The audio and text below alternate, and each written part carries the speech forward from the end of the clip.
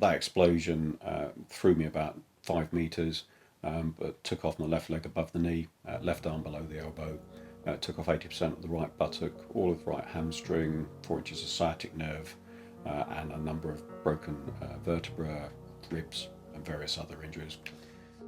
Hi, I'm Pete Norton. I'm a retired major from the Royal Logistic Corps. I was an ammunition technical officer, and prior to that an ammunition technician. Retired in 2013 after just under 31 years in the British Army.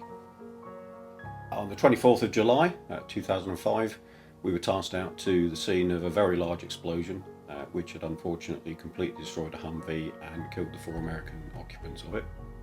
There were reports of a potential secondary command wire device in the area, and indeed there wasn't a command wire device, but what there was a buried pressure pad IED within the vicinity, and I trod on that with my left foot.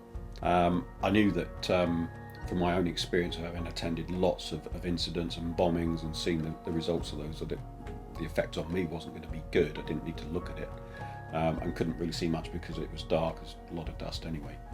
But I was very concerned that I didn't want my team running in and then treading on potentially tertiary devices, etc. So once I'd been evacuated from the ground, I was taken by Black Hawk helicopter to central Baghdad, which was where the American Casualty Support Hospital was, because we were a coalition unit. From there, essentially they did life-saving surgery, left me overnight to see whether or not I was going to live or die. And then I was in a side ward, essentially in Birmingham, for almost a year.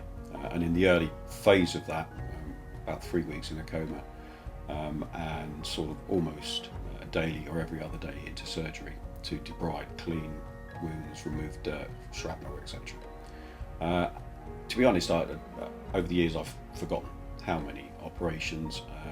We lost count, around about 50. So in March 2006, probably a good 8-9 months after the incident in which I was injured, word came through that I was going to be awarded the George Cross, which came as a huge surprise to myself. Obviously a great honour, and certainly something that from my perspective isn't just for me, it was recognition of the whole team for that day.